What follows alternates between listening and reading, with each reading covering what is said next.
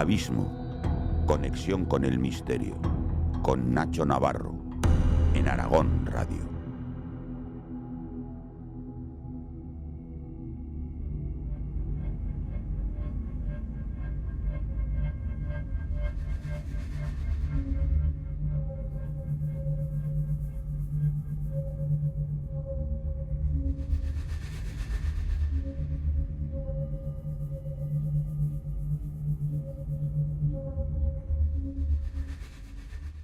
La obsesión de la civilización egipcia por prepararse para la muerte, lo que sería ese viaje hacia el más allá, se convirtió en sofisticadas construcciones y sin duda tesoros nunca antes vistos.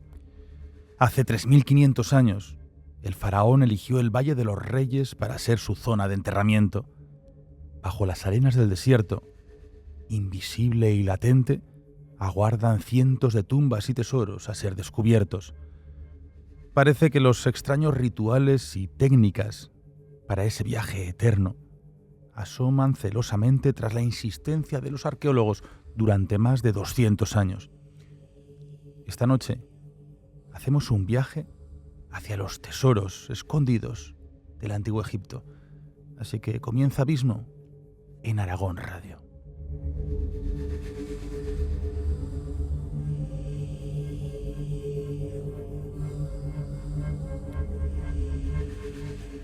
Muy buenas noches desde la Corporación Aragonesa de Radio y Televisión, aquí en este plató 1, plató central de Aragón Televisión para Aragón Radio, así que nos vemos en streaming, nos escuchamos en FM y bueno, pues aquí a contar un tema que obsesiona a tantísima gente como es todo lo que aguarda bajo esas movedizas arenas, ¿no?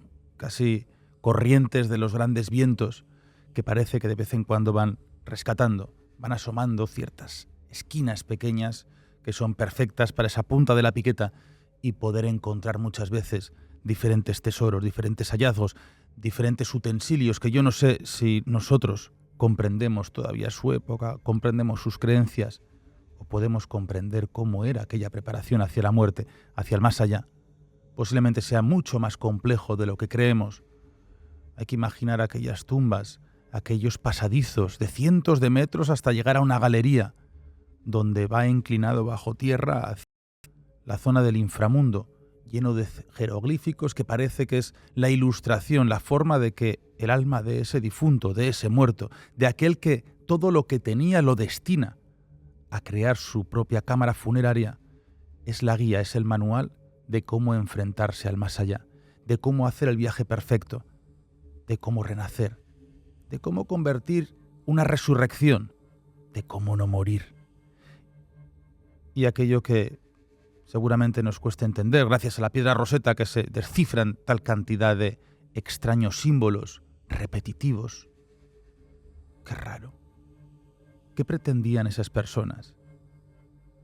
¿Siguen sus cuerpos latentes?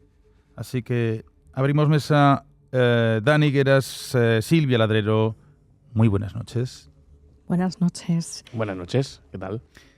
Bueno, yo no sé si vosotros podéis resolver esa pregunta, ¿no? Si comprendemos su época o comprendemos sus creencias, o directamente estamos años luz de lo que ellos podían pretender con esto que muchos consideran arte. Lógicamente es un arte, lo que encontramos, pero para ellos no era arte. Para ellos eran como diccionarios, como enciclopedias perfectas, exactas, casi apócrifas, para emprender un viaje. Yo creo que los conocimientos de toda esta época de la zona del Nilo, somos incapaces a día de hoy de comprenderlas aún, todos estos conocimientos sobre el universo, sobre las estrellas, sobre matemáticas. Sabían perfectamente lo que era el número pi. Es inexplicable a día de hoy que tuvieran esas nociones que luego fueron descubiertas en realidad muchos siglos después, ¿no? Como tenían esos conocimientos tan avanzados, esas técnicas de construcción que a día de hoy somos incapaces de explicar, ¿no? Pues, claro, yo imagino, fíjate, ¿no? Cuando se descubre esa primera tumba en el Valle de los Reyes, la primera en descubrir esos grandes tesoros, mejor dicho, con Howard Carter, con Carnarvon, aquel que decía aquí solamente hay cosas maravillosas. el imaginar con ese candil cómo se va iluminando esos extraños símbolos, casi como es como unos ritos de que nadie puede, bueno, ya lo decían, ¿no? Que nadie puede perturbar. Decía que las alas de la muerte tocarán a todo aquel que perturbe mis sueños dentro de aquellos sellos de esa sepultura.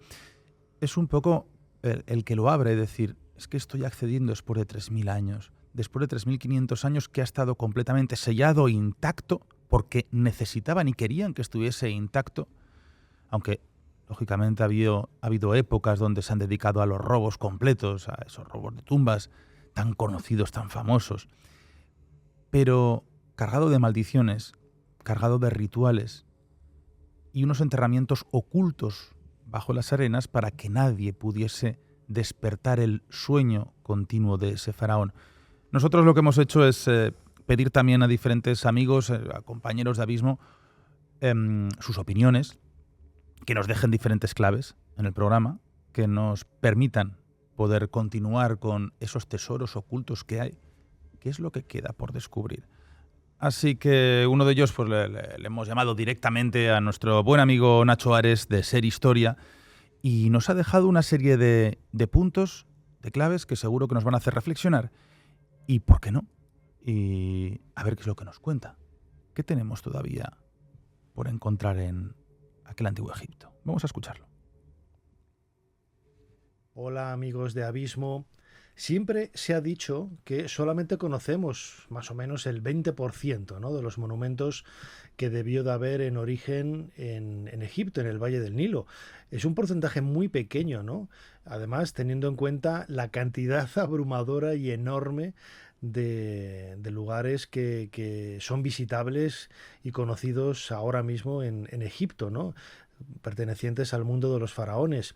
Sin embargo, hay una especie de grandes hitos en la historia de la arqueología que todavía están pendientes de venir, ¿no?, y de ser descubiertos en un futuro. Quizás uno de los más importantes sea la tumba de Alejandro Magno, la tumba de Cleopatra o de cualquier otro de los reyes pertenecientes a la dinastía de los Ptolomeos. No conservamos la tumba de ninguno de ellos. Es la dinastía más larga de la historia de Egipto, más de 3 siglos, una de las más importantes por todo el legado que nos ha dado, y sin embargo no conocemos la tumba de Ptolomeo I, II, III, IV, V, así hasta el 13º, y sobre todo grandes reinas como por ejemplo Cleopatra VII, que ha pasado a la historia como uno de los grandes hitos de la historia de Egipto, pero no sabemos dónde está enterrada. Sospechamos que está debajo de las aguas de Alejandría, tal y como nos lo cuentan los autores clásicos, ¿no?, que dicen que fue enterrada junto con Marco Antonio en el templo de Isis, ¿no? Pues la ubicación donde sospechamos dónde está el templo de Isis, pues en lo que hoy es la bahía de Alejandría, bajo las aguas, pero todavía no se ha llegado a dar con el punto exacto, ¿no? Yéndonos un poco más atrás, a la época propiamente faraónica, quizás el primer gran descubrimiento que todavía queda por realizarse es la tumba de Imhotep, el sabio que diseñó hacia el 2800 más o menos la primera pirámide, la pirámide del faraón Zoser en Saqqara, y su tumba intuimos que tiene que estar en algún lugar, ¿no?, de la propia planicie de Saqqara, la meseta de Saqqara, pero todavía no ha aparecido, ¿no? Encontrarla, pues quizás daría respuesta, ¿no?, a algunos de los grandes enigmas de la cultura de los faraones, que es, por ejemplo, por qué eligieron esa forma piramidal, ¿no? La tumba seguramente ha llegado, si algún día la encontramos, saqueada, pero la información que podemos sacar entre líneas de los textos que haya en las paredes de la tumba, o los pocos objetos que hayan llegado hasta nosotros, seguramente nos ayuden a conocer muchos de esos elementos más relacionados con la propia arquitectura, con el diseño, con el significado de muchos de esos símbolos que hoy por hoy se han perdido, y que los egiptólogos lo que hacemos es quizás un poco pues elucubrar en este sentido, ¿no? Si en todo Egipto decimos que conocemos el 20%, este porcentaje se reduce drásticamente hasta el 5 o el 10% si focalizamos nuestra atención en la meseta de Giza, junto a las pirámides de Keops, Kefren y Micerinos.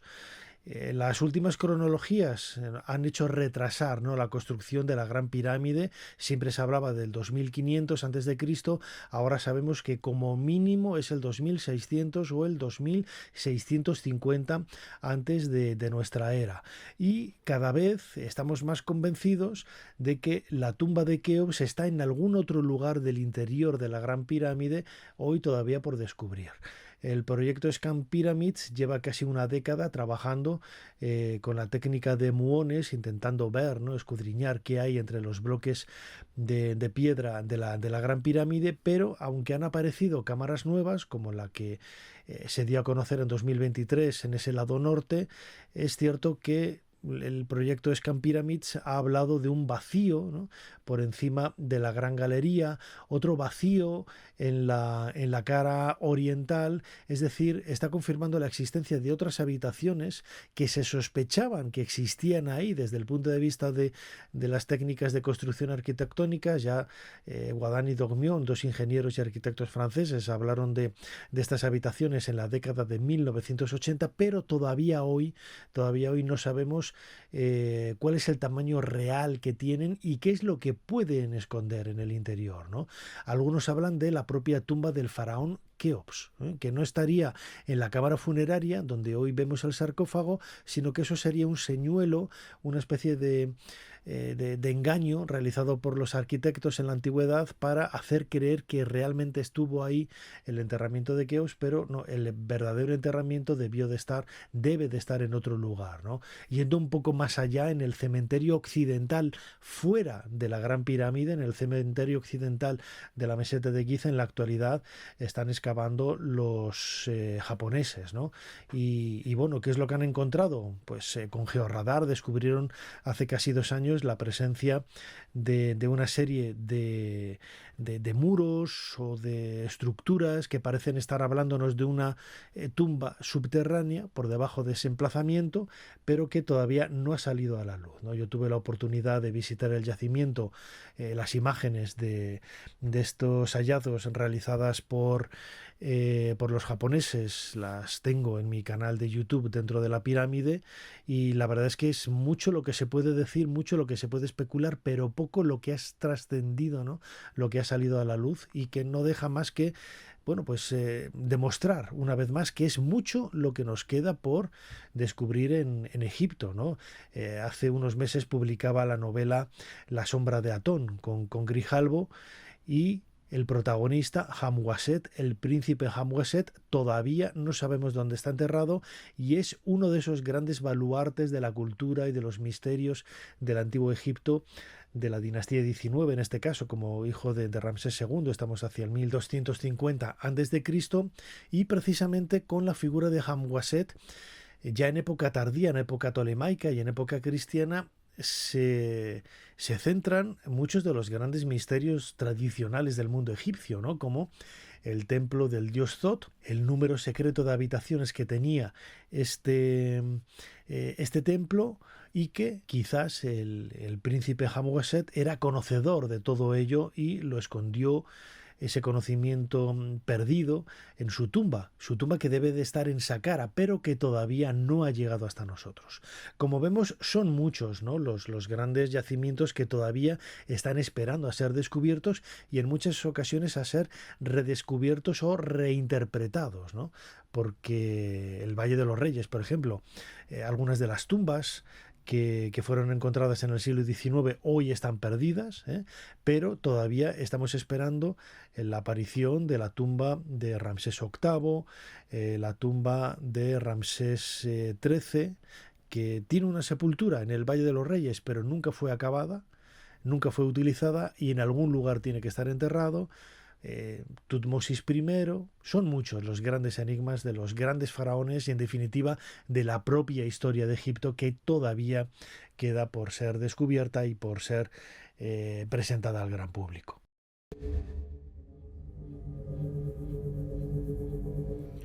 La voz de nuestro amigo Nacho Ares, sin duda icónica, ¿no?, también en la radio, nos acompaña a las madrugadas de los domingos con ese programa de Ser Historia, y también esa cantidad de curiosidades, como vemos en su canal, dentro de la pirámide. al final este Egipto loco, como él llama. Además, Silvia, tú sí que eres muy fan de su programa y de su podcast. Mucho. ¿Desde hace años? Bueno, yo creo que cada programa lo habré escuchado unas 25 veces y me quedo corta. Ese cronovisor, ¿eh? Es que es maravilloso. Nacho sí. Es genial y siempre que le pedimos algo, pues está a la disposición de Abismo como otros tantísimos amigos. Bueno, Dani. Bueno, es que uno se queda anonadado, ¿no? Porque como Silvia también llevo muchísimos años escuchando a Nacho Ares.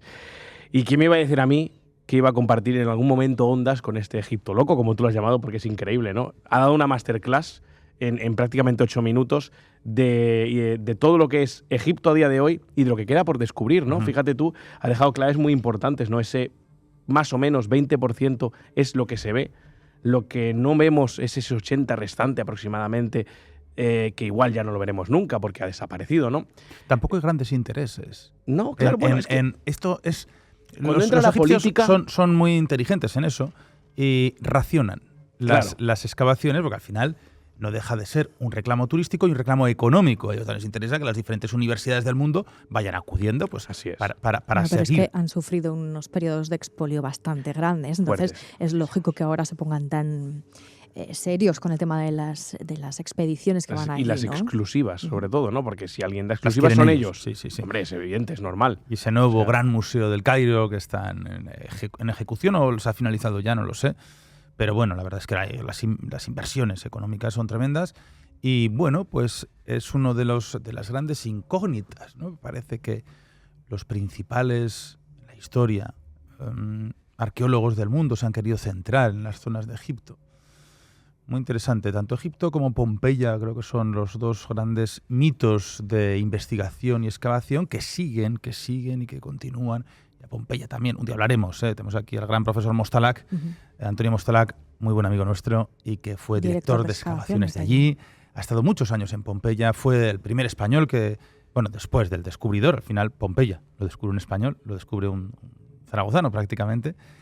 Y bueno, pues Antonio ha estado allí. Tenemos que hacer un programa con él porque todavía quedan esos subterráneos, quedan las grandes cuevas por descubrir de aquel sitio.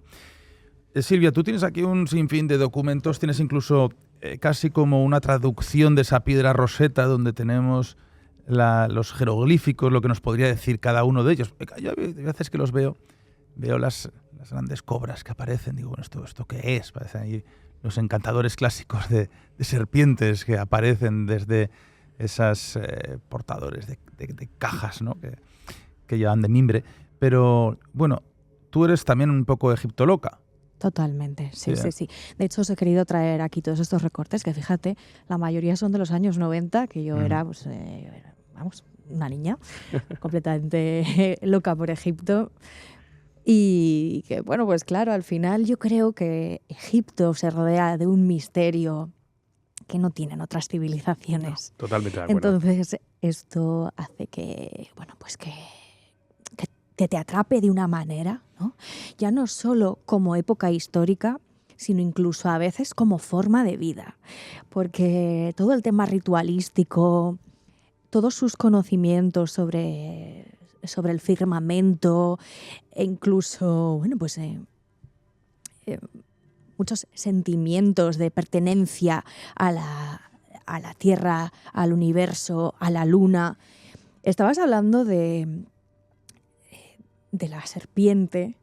La serpiente es verdad que ha sido un símbolo del antiguo Egipto, sobre todo la cobra, ¿no? La cobra conocida, porque además, por ejemplo, fue la forma de suicidarse de una de las reinas más famosas, Cleopatra.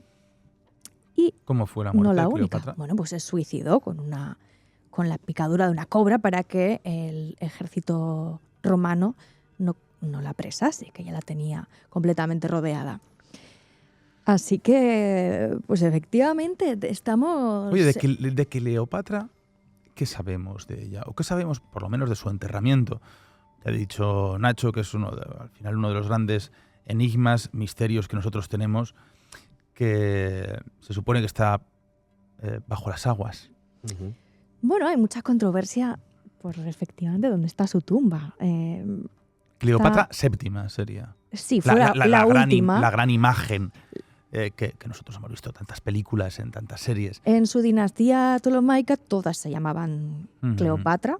Pero la tumba que se busca es de Séptima. De la Séptima, la última Cleopatra. de ellas, que fue la más conocida precisamente pues, por su grandísimo poder a la hora de lidiar con la amenaza más grande que tuvo Egipto y que fue al final lo que venció a esta época, ¿no? Que eran los romanos. Entonces, pues ella supo aliarse, supo tejer fuerzas políticas con ellos y no contra ellos. De hecho, se casó con Julio César, tuvieron a su hijo Cesarión.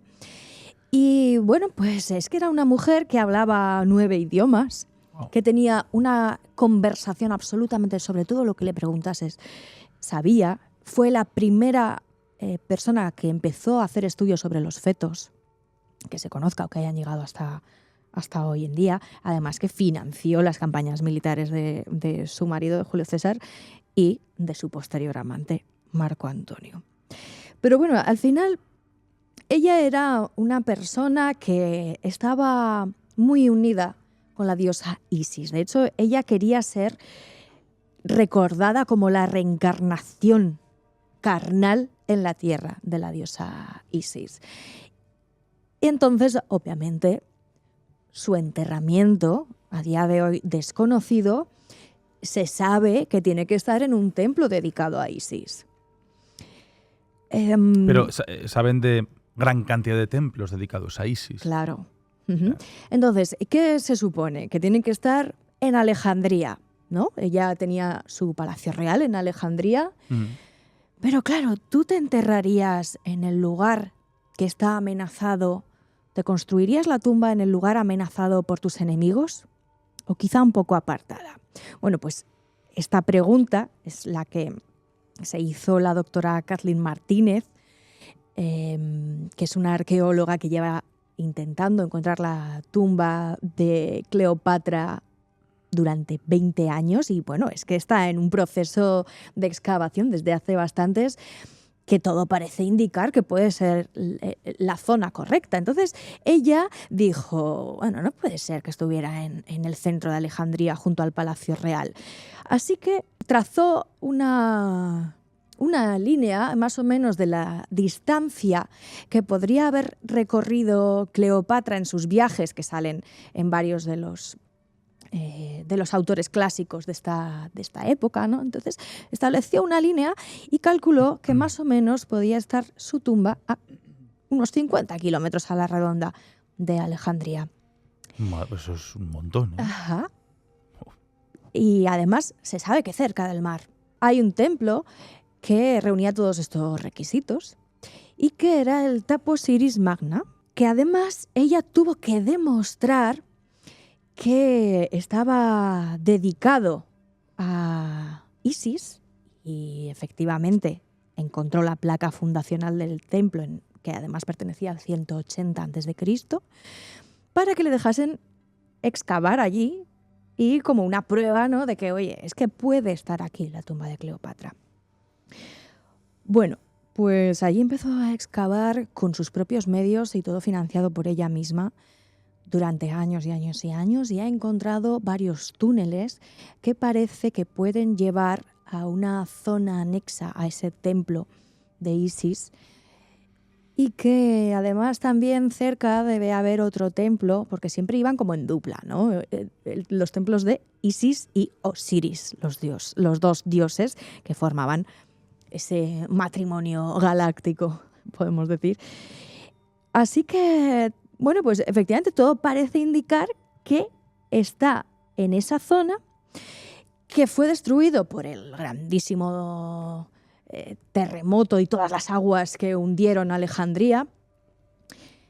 Pero, continúa, ha sido premiada y ha sido llamada por el propio Museo del Cairo para explicar estas teorías, y ha encontrado numerosísimos objetos de la época de Cleopatra, incluidas monedas con su propia cara, y pues sería maravilloso que por fin pudiéramos decir, se ha Pero no encontrado. da ¿No? con aquel enterramiento. Sí, de momento todo lo que van encontrando. Claro, pero es buscar una aguja en un pajar. Claro, decir, No, están excavando está ya en excavando. el mismo terreno todo el rato. Y cada cosa que van encontrando, cada túnel, te va llevando a otro y todo está en el mismo camino. Todo parece indicar que sí, efectivamente, está ahí. Siempre se ha dicho que estaba en Alejandría y de hecho hay otras expediciones que la están buscando en la propia Alejandría, cerca del Palacio Real. Pero a mí esta, dentro de todas las que conozco, me parece la más plausible y la que mejor encaminada va. ¿De dónde es ella, la arqueóloga? Me parece un... Es colombiana, creo. ¿Ah, sí? Sí. O sea, Sí. en algún momento dado igual podríamos incluso contactar con ella. Pero sabes que además ella, en una de sus formas de financiación, intentó aliarse con el descubridor del Titanic, e incluso él le contestó, ¿no? Diciendo, pues venga, vamos a bucear juntos, y mandó varios buceadores, a pesar de su... de que ya él tenía 80 años en ese momento que se lo pidió, y mandó a varios de su equipo a que ayudasen en esta expedición, porque decía, yo no quiero morir solo como el descubridor del Titanic, yo también quiero encontrar a Cleopatra. Pero bueno, ahí sigue en este trabajo esta grandísima arqueóloga, la doctora Kathleen Martínez, y me parece una historia increíble. Pero también me gustaría, ya que estamos hablando de este templo donde podría estar Cleopatra enterrada, me gustaría que hablásemos precisamente sobre la relación de Isis y Osiris. Ujú. ¿Sabes cómo fue la muerte de Osiris? Bueno. Y todo lo que rodea. Pues es tan maravilloso que por eso se le da tanta importancia y tanta referencia en el culto a la muerte. Osiris, en realidad, bueno, era una persona muy envidiada por su hermano Set. Entonces lo invitó, el hermano Set lo invitó a una fiesta en la que, bueno, pues tenían un sarcófago, y a modo de broma, en esa cena, en esa fiesta que hacía en honor a su hermano, que había vuelto de unas batallas, de unas conquistas, fue diciendo a todos los invitados, que estaban todos compinchados, les dijo, bueno, acostaos a ver quién cabe en el sarcófago, venga, a ver quién cabe en el sarcófago. Entraban, fueron entrando uno por uno. No, pues yo no quepo, yo tampoco. Cuando fue el momento de que su hermano Osiris lo probase, cogieron, cerraron ese sarcófago y lo clavetearon. Lo lanzaron al mar, era un sarcófago de piedra, sarcófagos. Entonces la intención era que se hundiese en el mar. ¿Qué pasa? Que Osiris no se hundió en el mar y acabó en una orilla debajo de un templo. Isis se volvió loca. Isis era su hermana y su amada, su mujer. Así que, bueno, lo buscó, se enteró que estaba debajo de ese templo y con varias tretas logró que lo recuperasen. ¿Qué pasa? Que Set se enteró de que habían recuperado el cuerpo de Osiris y se adelantó, robó de nuevo el cuerpo de su hermano y lo descuartizó en 14 partes. 14 partes, que además es un número que está relacionado con las fases de la luna. 14 días son los que transcurren desde la luna nueva a luna llena. Ujú. Así que es todo muy simbólico, ¿no? Isis, ¿qué hizo? Isis recuperó poco a poco todas las partes durante años y años y años de Osiris, pero faltaba una. Ella tenía poderes mágicos, se le atribuían poderes. Claro, era una diosa. Ella quería resucitarlo, pero faltaba la parte más importante para ella, que era el falo. Así que cogió e hizo uno de barro, al que le atribuyó poderes mágicos también. Y ella se convirtió en una especie de Milano, se puso sobre él para que él eyaculase en ella, y entonces así engendraron a Horus, a su hijo Horus, que finalmente acabaría venciendo a Set, a su tío Set, Y bueno, pues así venció esta familia. Hay una historia increíble la Qué bonita. de esta pareja, y por eso siempre se representan los templos de Osiris y de Isis juntos, siempre. Qué Con lo bonita cual, y si qué hay un macabra. templo de Isis, tiene que haber uno de Osiris. Fíjate, además, lo de el descuartizamiento en 14 trozos. Por eso muchos medios de comunicación hablaban de un descuartizamiento en Tailandia hace un año, que decían que podía ser parte de un ritual, porque estaba en 14 trozos. O sea que estuvimos hablando en el otro abismo sobre ello, pero eso no...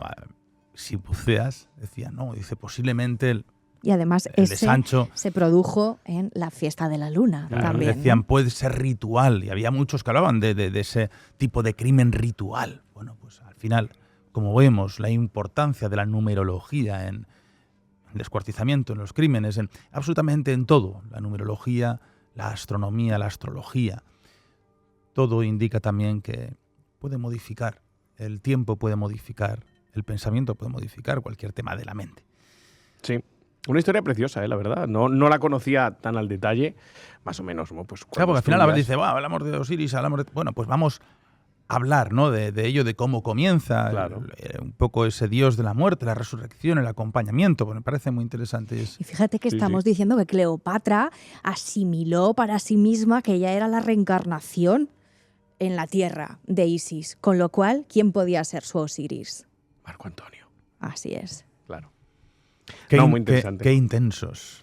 Era muy intenso. Pero al final, fíjate, Cleopatra, ¿no? La sabiduría, 9 idiomas, 9 lenguas. Con lo complicadas que eran, ¿eh? No, Las lenguas todo, de pero antaño. sabiduría estratégica, bélica, política, Exacto. lingüística. Quizás, y no es decir demasiado, Cleopatra fuera la primera todóloga. Bueno, sí, Totalmente. al final, pues es gente que tenía conocimientos de absolutamente de todo. Estaban rodeados de los principales sabios. Una de las personas más sabias que había, casi como un dios de la guerra, de la estrategia, como fue el propio Alejandro Magno.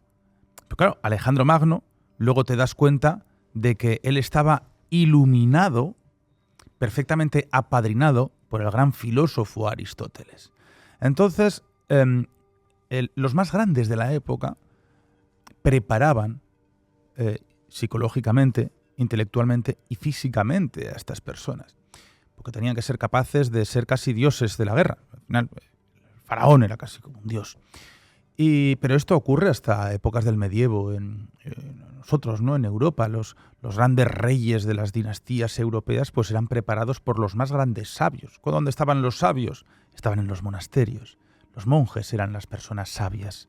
Entonces, las grandes bibliotecas que existían. Tú imagínate aquella biblioteca de Alejandría que murió dentro de uno de los grandes incendios y ese era el centro de sabiduría de la humanidad y quedó completamente relegado y destruido sin que nosotros podamos tener conocimiento o constancia de lo que había allí, pero sí que se narran esas tablillas, esos rollos, esos pergaminos, que era la auténtica historia del nacimiento o de emerger de una civilización como es la humanidad. Pero estas personas, tú imagínate, ¿no? Aristóteles, que lo tenías, creo que apadrinó prácticamente a más de 2 años, casi 3 años, al propio Alejandro Magno, que sigue siendo uno de los grandes enigmas, su propia tumba. Y tú has empezado con ese número pi, ese conocimiento que tenían. Claro, los grandes teóricos eran los principales profesores de estas personas. Y Alejandro Magno cumple una de las grandes figuras aquí como faraón. Claro, bueno, Alejandro Magno, recordemos que antes de ser Magno fue solo Alejandro, ¿no? El Magno se lo concedió sus conquistas, su grandeza, como su propio nombre acaba indicando, ¿no? Alejandro Magno no cabe duda que es uno de los personajes más misteriosos que alberga actualmente todo Egipto y parte de Grecia. El macedonio quizás sea el griego más grande que hubo, no solo por las conquistas, sino por ese carisma que él desprendía, ¿no? Del que solo tenemos constancia por viejos escritos, evidentemente, ¿no? Y como tú bien decías, uno de sus misterios más grandes, aparte de la ubicación de la tumba, que podría ser el santo grial casi del descubrimiento arqueológico, junto con la de Cleopatra, es incluso un misterio en su propia muerte, ¿no? Todos podemos conocer más o menos qué es lo que... ¿no? A Con 32 años. En Babilonia falleció debido, se explica en esos momentos, en esos papiros, en esos legajos, por altas fiebres, parálisis casi completa, pero se dan unos detalles, ¿no?, que son curiosos, y es que él mantuvo la consciencia y estuvo mentalmente perfecto hasta el momento de su muerte. Se pasa un envenenamiento. Hablan incluso de alcoholismo, ¿no?, de esas enfermedades, de las infecciones del Nilo. Hablan de todo eso. Pero me parece curioso que hay una doctora neozelandesa, Catherine Hall, ¿no?, que hace pocos años, en el 2019, apuntó una nueva hipótesis rebatida, pero es una más para podríamos decir, sembrar esa discordia o añadir un poquito más de misterio incluso a la muerte de Alejandro Magno. Ella nos dice que, basándose en todos los escritos que apuntaban los síntomas de su muerte, deduce que podría sufrir el síndrome conocido como GBS, síndrome de Guillain-Barré. Y es un síndrome que se puede contraer, él lo pudo contraer, era bastante común en aquella época, por una bacteria del mismo agua del Nilo, y tenía el nombre por aquí, que era la Campylobacter Big pylori, y le provocó ese síndrome esporádico en el cual podría sufrir fiebres altas, parálisis muscular, incluso un estado casi latente de respiración que lo pudo llevar a la muerte. ¿Qué pasa? Hay un detalle en el que se basa esta doctora que se pasa por alto muchas veces, y es que su cuerpo, el cuerpo de Alejandro Magno, quedó incorrupto durante 6 días. Y para atribuirle una explicación a eso, dice que puede ser, claro, en ese momento solo se basaban, no tomaban el pulso, se basaban en la respiración.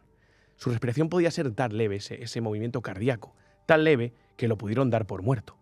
Pero él, debido a ese síndrome, verdaderamente pudo morir 6 días después. Pero esa parálisis que le causaba no les dio opción a más. Por lo tanto, eso explicaría también eso de que sus propios generales, ¿no?, y los demás griegos los tenían como un dios, esa incorruptibilidad, ¿no?, de esos 6 días hasta que empezó a descomponerse el cuerpo. Ese es un misterio más añadido a la muerte de Alejandro Magno que hasta el día de hoy no se sabe. O sea, casi cataléptico. Sí, es un estado cataléptico. ¿Sabes la cantidad de enterramientos que ha habido a lo largo de la historia de personas vivas? Sigue habiendo, ¿eh? Sigue ocurriendo hoy. Bueno. Sigue ocurriendo hoy. Oye, siguen existiendo noticias de que en los velatorios, pues, por desgracia, pues se despierta una persona. De hecho, dicen que podía ser el primer caso de En pseudotánatos. Zaragoza hubo una hace poco. O sea, Sí, lo recuerdo. Hace muy pocos meses. No, pues eso, ¿no? Es una más para añadir a esa colección de misterios de la vida y obra de Alejandro Magno, ¿no? Otro muy famoso es su tumba. Se están llevando a día de hoy. Creo que era, si no recuerdo mal. ¿Dónde creen que puede estar la tumba? En Alejandría. Casi Pero con total certeza. ¿En alguna zona en concreto están buscando? Sí, en los jardines de Salala están buscando. En unos jardines que tienen unos, creo que son 9.000 metros cuadrados, si no me equivoco, más o menos. Que me perdonen, igual me bailan, lo digo de cabeza. Y si no haremos una fe de ratas. Claro, exacto. Están situados en medio. Alejandría, evidentemente, ya no es lo que era, ¿no? Es una urbe muy grande, creo que es 3 veces Manhattan incluso, o sea, es una locura. Y en medio de esa urbe está ese oasis, podríamos decir, de jardines, donde se cree, no, casi que se ha demostrado que era la zona de la realeza. Entonces, según escritos, fijaos, el único escrito, solo hay un escrito que describe, valga la redundancia un poquito, la tumba de Alejandro Magno, ¿no? Y es el del poeta Lucano, en la Farsalia, que dice, cuando fue Julio César a visitar su tumba, dice, apresurándose ansiosamente, bajó hasta la cueva excavada para albergar una tumba. Ahí se encuentra el hijo loco de Filipo de Pela, Alejandro Magno. Es la única descripción que tenemos. Con eso se han basado ubicaciones. Evidentemente se sabía casi por otros escritos, no la ubicación exacta, pero sí que estaba en la zona real de la realeza de Alejandría. Él fundó Alejandría, él tenía que estar en Alejandría, no podía ir a otro sitio. Murió en Babilonia, pero lo transportaron a Alejandría. Y ahí se están haciendo a día de hoy excavaciones. Se descubrió una estatua de Alejandro Magno, se ha descubierto la primera calzada romana en Alejandría. Es muy difícil, se están haciendo una serie de experimentos en los que está apoyando muy fuerte el National Geographic con un nuevo sistema de corrientes que emiten pulsos hacia la Tierra y ubican elementos. Y bueno, o sea, tipo un georradar, más o menos. Tipo un georradar, pero dijéramos, más profundo y más exacto. O sea, un sonar de un barco, pero para algo así. Para dijéramos que la mecánica de funcionamiento sería algo así. Al final, el gran reto y la mayor desgracia para un arqueólogo que está buscando esto es que de pronto te encuentres con posiblemente uno de los yacimientos de las tumbas más importantes de la historia bajo una gran urbe actual. Así es. El Valle de los Reyes no tienes nada, tú ahí puedes ir eliminando, separando esa arena hasta que vas encontrando las grandes figuras de piedra. Pero tú imagínate en una ciudad que se han construido sobre los yacimientos, sobre todo lo que son las construcciones primigenias, como ocurre en España, ¿no? Todo estamos sobre yacimientos de época musulmana y sobre todo luego estaría la época romana, y cuando dicen cada vez que en una ciudad que ha tenido una larga historia antigua con más de 2000 años, cada vez que en el centro histórico se derriba un edificio, siempre aparece habitualmente un yacimiento. Dicen, bueno, ¿y ahora qué hacemos? Lo que se suele hacer es catalogar, marcar como que existe, a veces que se integra, otras si tiene gran importancia, pues lo sienten mucho por el constructor, pero se tiene que musealizar o conservar, y otras directamente, bueno, pues no tiene gran interés. Se puede llegar a levantar el nuevo edificio. Por eso ahora se están poniendo tan de moda, parece maravilloso, las catas por diferentes puntos de las ciudades, porque al final te puedes encontrar el origen de tus ciudades, que se sigue modificando la historia. Cada vez que hay un derribo se suele modificar la historia de una ciudad, y eso es muy bonito. Respecto a Alejandro Magno, se considera que él fue el primer investigador de la era submarina de la historia. Se considera que él fue el que utilizó la batisfera, que fue ese descubrimiento de Aristóteles en el siglo IV a.C., donde su maestro, él creó una campana, donde esas campanas, grandes campanas, otros hablaban que eran un poco los barriles de vidrio, eran campanas de cristal, de vidrio.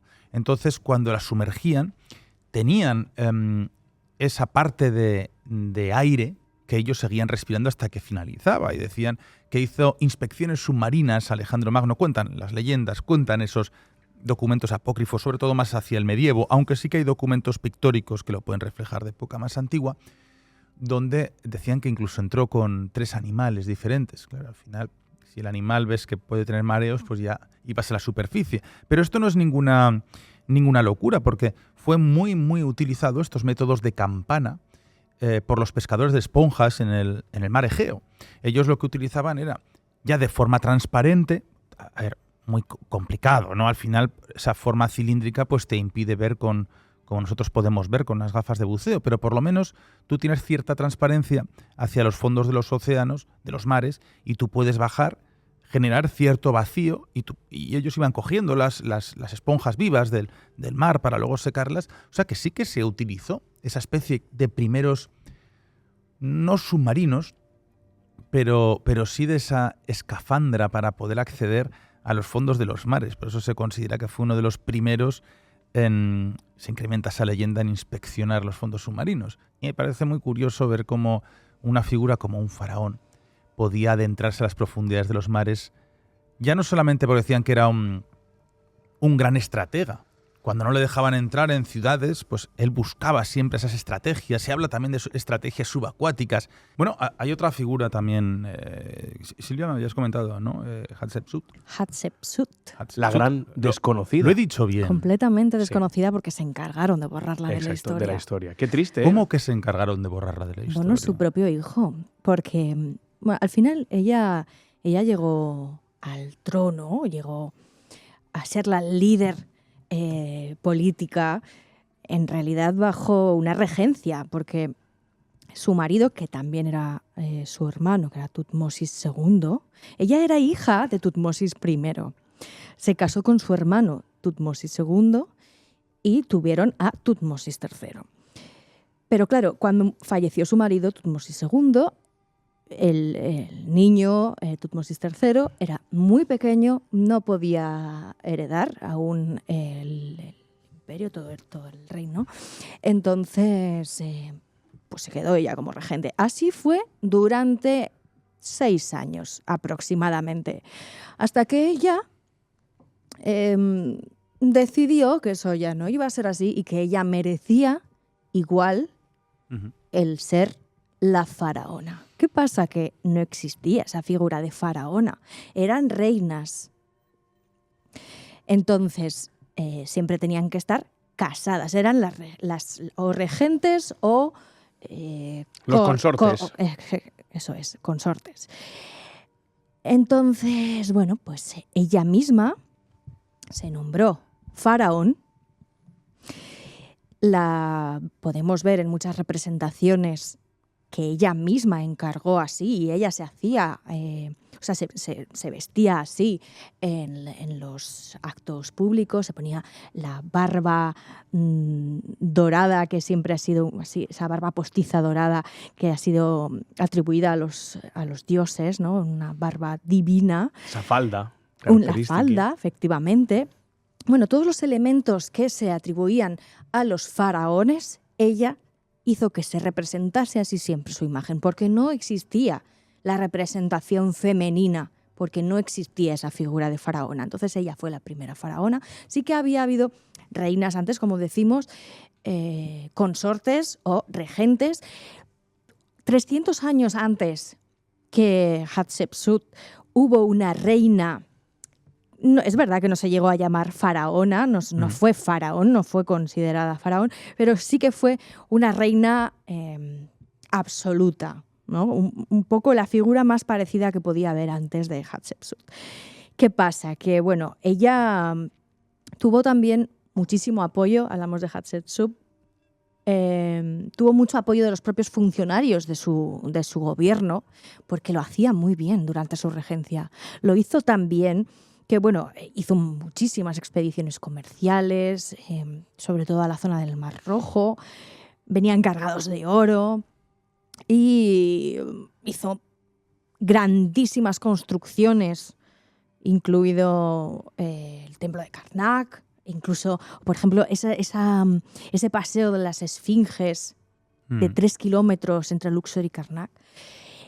Y bueno, sobre todo, su propio templo mortuorio de Ir el Bahari, al oeste de Tebas, que a día de hoy sigue siendo una de las cosas más imponentes que quedan de Egipto, ¿no? Del antiguo Egipto. ¿Qué pasa? Pues que cuando ella falleció, su hijo, Tutmosis III, se dedicó a borrar de todos los templos, o de casi todos, la figura de su madre, porque él consideraba que le había quitado del trono. Aunque parece ser, conforme más se va sabiendo de esta historia, no fue así. Ella lo tuvo como corregente. Es decir, que ella también lo tuvo visible, no lo derrocó, sino que lo tuvo visible también y él tenía sus actos públicos, tenía su función también dentro del reinado, ¿no? Pero claro, hasta que se ha ido descubriendo la información de esta faraona, la reina faraón, que es el que le dicen, pues ha habido muchísimas dudas, porque al principio no sabían por qué en los textos salía como una figura femenina, sin embargo, en todas las representaciones gráficas no. Claro, esto llevaba a los investigadores a decir, ¿pero esto qué es? Y de hecho, el propio Champollion. El propio Champollion, cuando descubrió esos jeroglíficos, ¿no? En los que él no podía entender porque no entendía, todavía no había descubierto la piedra Rosetta, no se había descifrado, por lo tanto no podía ponerle nombre, ¿no? Estaba a la altura de Tutmosis II, un faraón sin nombre, por encima, en un puesto de privilegio, de Tutmosis III. Y él no entendía quién era ese faraón, ¿no? La mujer faraón, Hatshepsut, intentaron borrarlo de la historia. Gracias a Dios no fue así. Una mujer que con su reinado, Egipto conoció una época de paz y prosperidad como casi nunca ha vuelto a tener. Construyó, como decíamos, el convento del norte, ¿no? Ese Deir el-Bahari, ese templo de la reina Hatshepsut, precioso, faraónico, esos 2 obeliscos que casi capitanean esa entrada, ¿no? Preciosos, que fue una obra como se conoce hoy en día, ¿no? ¿Por qué decimos obras faraónicas? Porque son obras que requieren de un esfuerzo casi monumental. Así que, como bien decía Silvia, una figura muy interesante, muy tristemente, no casi olvidada, pero sí apartada, ¿no? Porque todos conocemos las grandes figuras como reinas de Egipto. Hemos hablado de Cleopatra, Nefertiti, ¿no? Te piden que... pregunta del Trivial, una reina de Egipto, ¿no? Una faraona, podemos hablar hablando en plata, y te saltan esos nombres, ¿no? Y nadie recuerda a Hatshepsut, que es históricamente catalogada como la única mujer faraón. Se disfrazaba en actos públicos, se vestía como faraón. Su pueblo conocía su secreto, pero la aceptaban así. y así reinó durante casi 20 años, No entre es que, 15 y no 20 es años. que ella se hiciera pasar por hombre, ¿eh? Todo el mundo sabía que era la reina, que ella era la faraona, pero para pasar a la posteridad y que todo el mundo entendiese el poder que ella tenía. Y por que cuestión de nadie- protocolo. Claro, efectivamente, Sí, porque sí. no había instaurado un protocolo Claro. para mujeres faraonas, eso no Exacto. existía. Entonces, claro, ella para que todo el mundo entendiese el poder que tenía y nadie lo cuestionase en aquel momento, ni a posteriori, tuvo que hacerse faraón. Y ese templo precioso que encargó, eso ya es otra historia, ¿no? Es otra bonita historia. Su otro amante, ese Senenmut, ese arquitecto jefe que diseñó y construyó ese templo de la reina, ese Deir el Bahari allí frente a Tebas, la actual Luxor. Así que increíble, una figura trascendente, yo creo, como dinastía egipcia y como etapa en todo lo que viene siendo la civilización, y no muy escuchada. Yo investigué en su día sobre Hatshepsut y hay mucha gente que no la conocía. Y me parece increíble, pero ¿por qué? Precisamente por lo que comentaba Silvia, ¿no? Se esforzaron con Por piedra borrar y con cincel su nombre. por borrar todas las imágenes que identificaran a la faraón Hatshepsut como tal. Y además que ella pertenecía a esa dinastía del Imperio Nuevo Ujú. que ya empezaron a construir el Valle de los Reyes. La 18ª dinastía, si no me equivoco. 18ª, sí, 18ª. Entonces, bueno, pues claro, ahí tenemos el nacimiento de la época dorada del Imperio Nuevo, de ese Egipto antiguo, las construcciones más increíbles, en la época más boyante económicamente. Y ahí la tenemos a ella como principal protagonista. Fíjate que esas creaciones del Valle de los Reyes, mítico, ya hemos hablado un poquito sobre él al comienzo, pero esas construcciones, ¿no? que habláis tan increíbles que había, esa forma necesaria, perfecta para entender el más allá. Y uno de los grandes casos, los descubrimientos de 1917 con la tumba de Seti I, de aquel rey, donde se encuentra una oquedad que se distribuye en diferentes pasillos, 7 en concreto y 10 cámaras diferentes, a lo largo de 137 metros bajo la montaña. Se considera la más profunda, pero progresivamente va hacia el centro de la tierra, hacia el infierno, o va hacia ese mundo, hacia ese reino de los vivos. Y a lo largo, cómo se tienen que descifrar esos textos jeroglíficos. Y al final es el camino, ese inframundo para conseguir ese viaje hacia el más allá. Y todo ello, como estaban comentando tanto Silvia como Dani, construido durante 12 años, pero 12 años en vida de este propio Seti I. Y al final es ese mapa de cómo conseguir al dios Ra, de cómo conseguir que viajen juntos, de cómo conseguir que renazcan cada día, las instrucciones para seguir al dios Ra. Y esa condición de muerte, esa condición de la investigación también, de cómo eran los rituales, cómo se encuentran los cuerpos. Bueno, nosotros tenemos un magnífico amigo, también ha estado muchas veces en este programa, como es el profesor, el doctor Miguel Botella, de la Universidad de Granada. Él es arqueólogo y médico forense, médico antropólogo forense, y sin duda uno de los principales antropólogos forenses, mayores especialistas de restos que hay en el mundo. Aquel que habla con los huesos, aquel que 12 años de su vida los ha pasado en Egipto. Y hace un momento le he hecho un secuestro telefónico, digo, oye Miguel, digo, por favor, digo, necesito que me mandes unas pequeñitas pinceladas de tu experiencia, de lo que se encuentra bajo las arenas, de lo que crees que todavía se puede encontrar en aquellas zonas de Egipto. Así que escuchamos al doctor Miguel Botella y alguna experiencia de sus viajes por allí. He formado parte durante 12 años del equipo de investigación en el yacimiento egipcio de Kubet el Hawa, en Asuán, en el sur.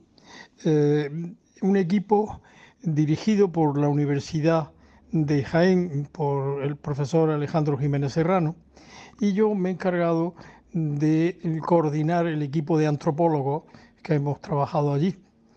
El yacimiento es, desde todo punto de vista, excepcional, porque era el lugar de enterramiento, Kubet el Hawa, el lugar de enterramiento de los nobles de la isla de Elefantina, que era donde estaban los gobernadores del sur, los gobernadores que se encargaban de los contactos con la zona más al sur. Entonces ahí se recibía pues los elementos que venían del resto de África, como el marfil, los esclavos, el oro, etcétera. Y eso ya el Nilo, a través del Nilo lo subían hasta Luxor, ya hasta la corte. Por tanto, era un lugar muy rico y realmente de contacto entre los pueblos nubios y los egipcios. Por lo tanto, era una zona en la que nosotros imaginábamos que había habido conflictos importantes. Unas veces los nubios subían más al norte, otras veces los egipcios bajaban, pero la realidad que hemos visto es que, aparte de esa posibilidad, tenemos gobernadores que eran también negros.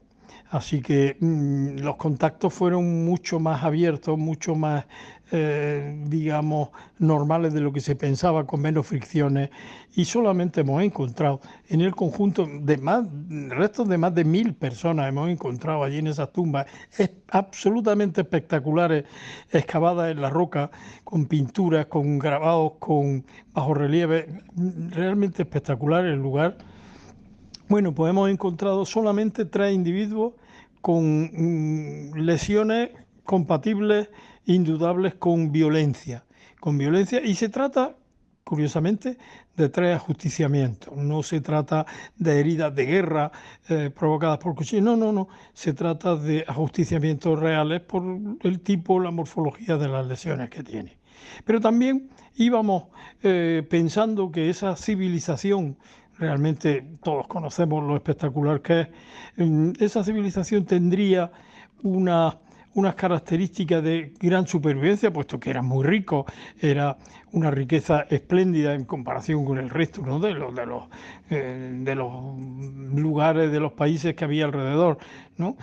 Unas condiciones de vida que les permitían, pues, desde las pirámides, desde hacer las pirámides, algo tremendamente grande y complejo de realizar, hasta las tumbas riquísimas, con esa gran cantidad de elementos, de muebles, de pinturas, Bien, entonces allí, pues nosotros pensábamos que o todo el mundo suele pensar que aquella civilización espléndida, la gente tenía un gran nivel de vida y vivían maravillosamente bien. Bueno, pues nosotros hemos podido demostrar que no es cierto, sino que la gente, por ejemplo, en la población los niños morían antes de los 5 años, más de la mitad de la población moría antes de los 5 años, las enfermedades eran, sobre todo las infecciosas, eran muy frecuentes, infecciones agudas, como podrían ser, por ejemplo, la neumonía o, por ejemplo, pues los problemas gastrointestinales, porque tenemos que considerar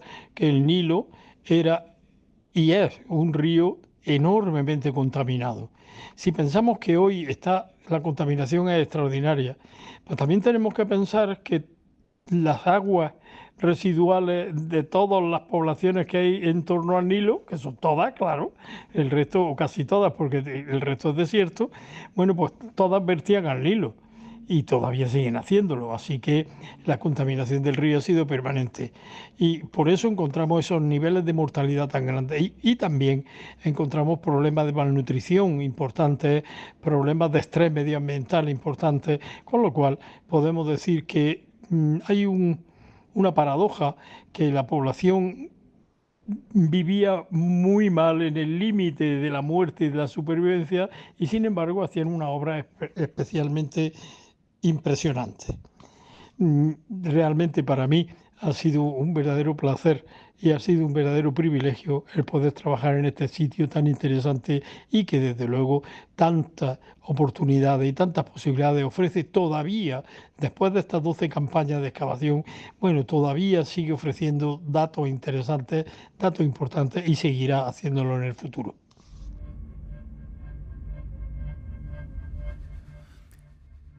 Miguel Botella, que tanto lo apreciamos, Silvia, y tanto hemos aprendido con él, tanto hemos hablado, y qué bonito, ¿no? Al final, que un arqueólogo se convierta en antropólogo forense, el médico, para todavía entender mejor la historia y la arqueología. Eso es único, es de las pocas personas que se convierten a ello. Él me comentaba que cuando encontraban los cuerpos, los encuentran, habitualmente pues sale prácticamente esquelético o momificado, entero, íntegro.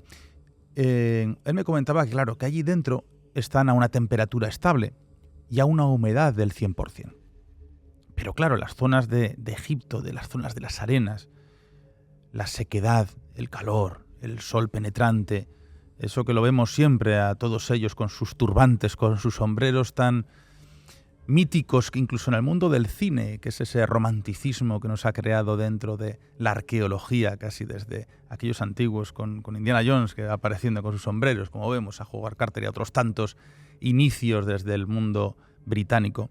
Él decía que tenían un gran problema porque cuando sacaban los restos, los huesos se rompían y los dientes se resquebrajaban. Dice, los dientes caían completamente, se empezaban a rajar entre ellos. Es decir, claro, entonces no podíamos investigarlos. O si los sacábamos, realmente destrozábamos las piezas. Y él inventó una especie de artilugio donde como si fuese otro sarcófago, donde metía a esos cuerpos antes de sacarlos, los iban sacando poco a poco y generaba un conducto de agua en el centro, prácticamente en el medio, ¿no?, de esa forma de sarcófago, para que poco a poco fuese perdiendo la humedad, muy poco a poco, de tal forma que luego podían investigarlos al aire libre sin que se rompiesen los huesos. Pero él dice, claro, dice aquí lo sacaba todo el mundo, en cuanto los sacabas de las tumbas, de los enterramientos, completamente se destrozaban estos cuerpos. Bueno, pues había que buscar algo y él llegó casi a como una gran patente de la medicina de aquellos lugares de cómo conservar esos cuerpos y cómo investigar los huesos. Y como él dice, pues la muerte que encontraba, qué tipos de muerte, sorprende que solamente haya habido 3 ajusticiamientos, 3 muertes violentas en tal cantidad de esas necrópolis. Uh-huh. Impacta, ¿no? Es decir, ese prototipo igual que nosotros teníamos de ese mal que generaban tanto los egipcios, ¿no?, esos grandes castigos, o bien no es como creemos, ¿no?, o allí no se ha dado en esa localidad, cosa que es muy extraña, o se deshacían de ellos de otra forma, los podían tirar a los ríos, podían prenderles fuego, no lo sé, lo desconozco, pero desde luego no iban a esas necrópolis, o solamente casos muy aislados y muy concretos. Y al final 12 años dan para muchísimo, y una eminencia, yo hablando con él, me dice, bueno, es que ahora me tengo que ir a Colombia, y se va a México y se va a diferentes sitios, ¿a qué? A identificar los descuartizamientos por medio de las matanzas de los cárteles, de cómo descuartizan, cómo desmembran, cómo matan a las personas, las esconden, las separan para que nunca tengan un enterramiento digno. Pero él acude X veces al año, en fechas que poco sabemos cuándo acude, y realmente pues le muestran, le descongelan cientos de restos, y él lo único que intenta es, de forma altruista, unirlos y generar luz a las familias para entregarles esos cuerpos. Me parecería muy interesante, Silvia, yo creo que sí que podríamos el hacer uno sobre la dureza de los descuartizamientos y las muertes de los cárteles que están sufriendo hoy en diferentes puntos. Bueno, habría que hacer un programa sobre Miguel Botella en general. Miguel Botella de una serie de televisión. Volviendo precisamente a esta campaña arqueológica en la que ha participado tanto tiempo, capitaneada por el doctor Alejandro Jiménez Serrano en Asuán, se han hecho siempre en los meses de enero y febrero, porque lo que estabas hablando, ¿no? Las temperaturas son tan extremas en ese mitad del desierto, en mitad de esas arenas, que no se puede hacer en otra fecha. Y además, imaginemos que en esas campañas va gente a la que le apasiona tanto su trabajo, que son capaces de estarse allí durante 1 mes y medio, a pesar de lo que ocurra en sus vidas, ¿no? Porque el propio Jiménez Serrano decía, bueno, es que me perdí el nacimiento de mi hija, de su primera hija. Esto no me lo voy a perdonar nunca. Pero claro, él era el responsable de esta campaña arqueológica tan importante para la humanidad, porque está desvelando datos que no se sabían para nada y que puede aportar muchísimo.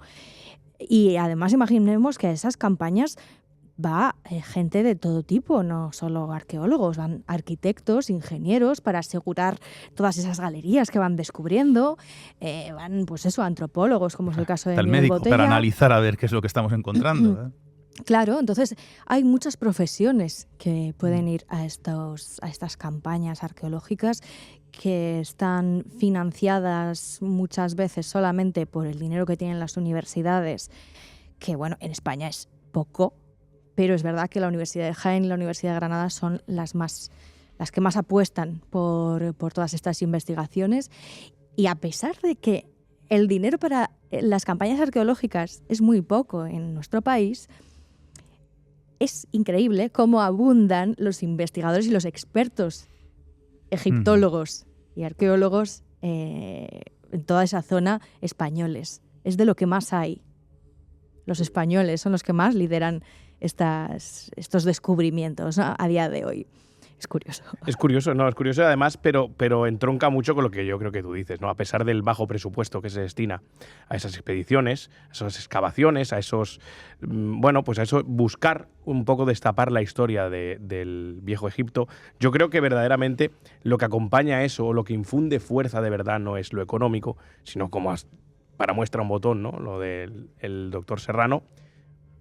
La pasión, la pasión que entregan. A la mayoría les cuesta dinero, o sea, es una cosa que... Por eso es que incluso tienen que poner dinero de sus propios bolsillos. Por ejemplo, Miguel me dice, yo me cojo dice, yo ya estoy mayor, dice, yo me cojo mi propia casa, me la pago de mi bolsillo. Dice, porque la universidad normalmente se juntan todos y se pagan una casa en la que viven todos juntos. Y bueno, pues fíjate, allí están durante un mes y gente de 18 años que se va de voluntarios porque acaban de entrar en la universidad, les gusta la historia, les gusta Egipto. Entonces van gente, más mayor como Botella, y no vamos a desvelar su edad, pero vamos, que podría decirla bien orgulloso porque no la aparenta para nada.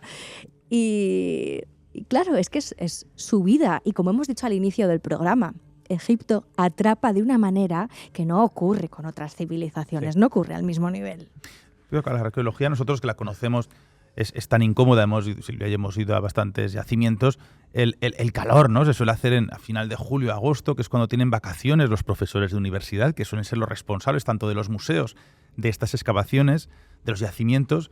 Claro, dices, me acuerdo un día que fuimos a 40 y algo grados al sol, sí, mientras los veía con el pincel rascar piedrecillas, digo, madre mía, dicen, ahora veis el romanticismo arqueológico que no existe, ¿no? Es prácticamente imposible. No, claro. Pero bueno, y realmente luego ves que las campañas en España, no las criticamos ni muchísimo menos, simplemente tienen 15 días al año. 15 días al año, no les da tiempo a más, y luego con esos 15 días lo que obtengan se trabaja durante todo el año.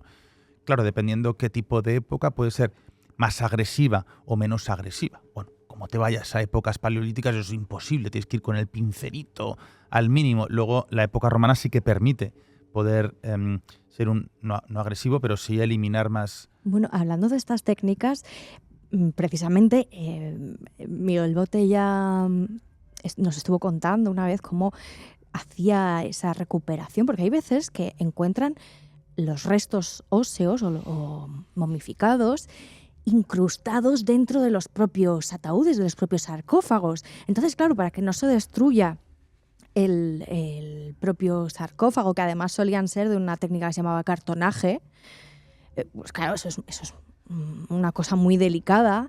Y para que no se destruya, pues él lo que empezó a hacer es cubrir con capas de gasa enyesada, y entonces así... Bueno, con cola, creo que era, con cola. Entonces lo va pegando para que se consolide esa estructura del sarcófago y poco a poco poder ir extrayendo esos trozos de hueso o de pieles. Me parece algo tan complicado durante tantas horas que vas con un pincel.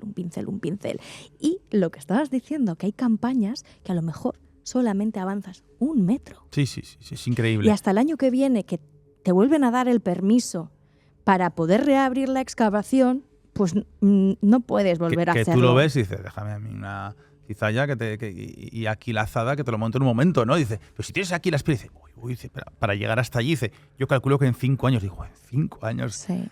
Perdón, como visitante te desespera muchísimo, porque luego entiendes, decir, claro, es que se puede perder, luego tienes la gente que está cribando, ¿no? Con aquellos grandes coladores. Tendrán su nombre, lo desconozco ahora mismo. Pero a mí me desespera mucho el verlos de esa forma, decir, pero pica más que va a salir, ¿no? Claro, pero es que en cada centímetro de arena o de tierra puede haber algo, entonces no puedes avanzar tan rápido, claro. Es un trabajo casi de orfebrería, ¿no? Como cuando nosotros vimos una especie de crimen, ¿te acuerdas de la antigüedad?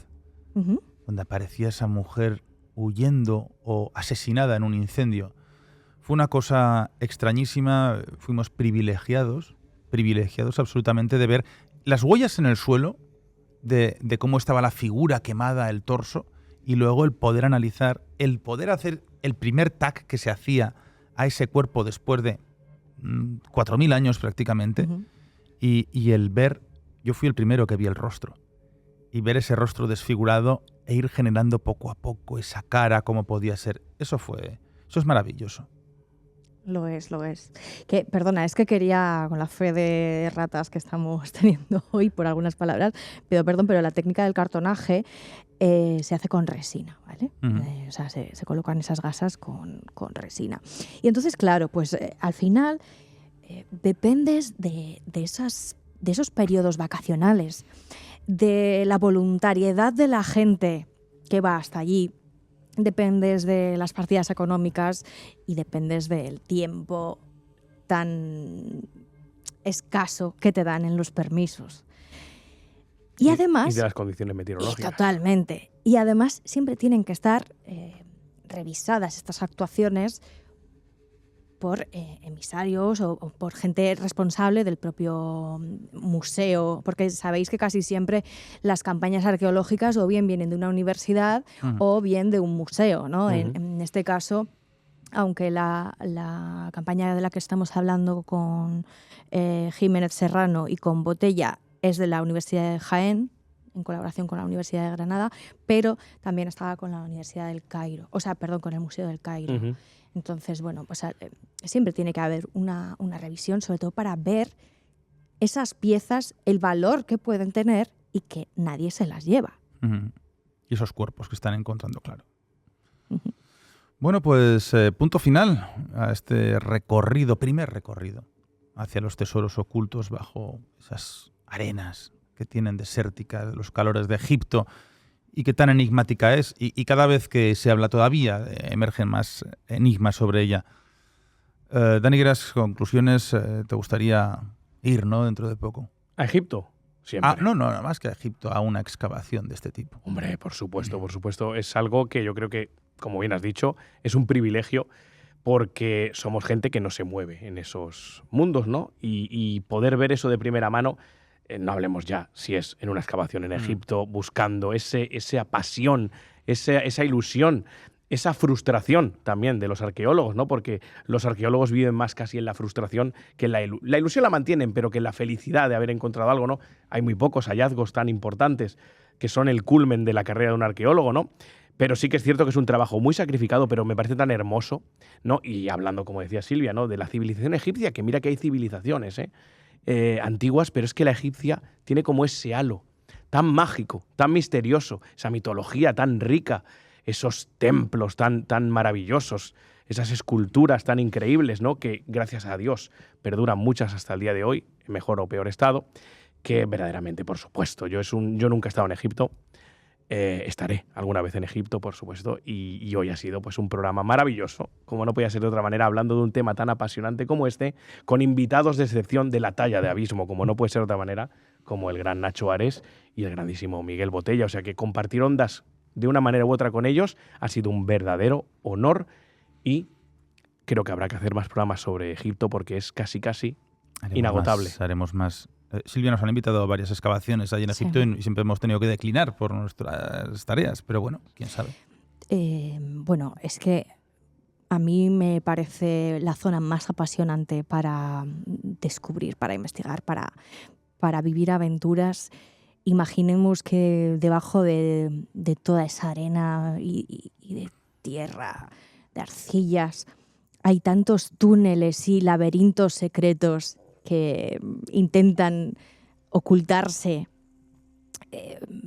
para que nadie pueda perturbar el descanso de estos muertos, ¿no? Sean de la jerarquía social que fuera. Es decir, pues es cierto que las personas de la nobleza se les enterraba con todo tipo de objetos que les pudiera servir y de riquezas que les pudiera servir en el más allá. Incluso esas falucas en el sepulcro de Seti I, ¿no?, para que pudiera hacer ese viaje por el inframundo y poder renacer con el sol a la mañana siguiente y poder Increíble, Eso la verdad. es. Pero, bueno, al final se trataba de preservar siempre, aunque fueras de la clase social más baja, el cuerpo, ¿no? Para que pudieras acceder a la otra vida. Por eso ese secretismo, esos laberintos, esas galerías ocultas que tan maravillosas son, que tanta literatura y tantas películas han creado y se han inspirado en ello, ¿no? Una cosa apasionante y sobre todo que aún queda tanto por descubrir que no somos conscientes, ¿no? Ni, como decía Nacho Ares, un 20% como muchísimo es lo que sabemos.